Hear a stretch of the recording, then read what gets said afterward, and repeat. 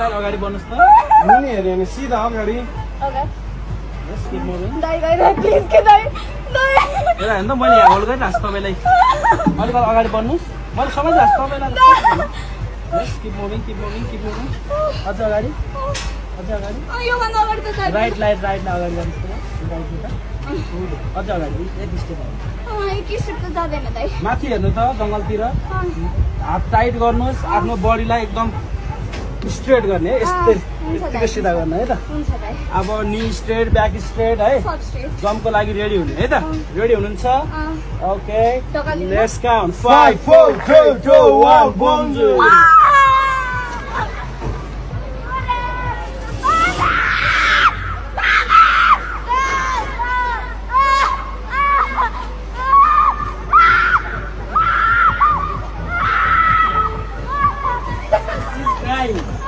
It's crying.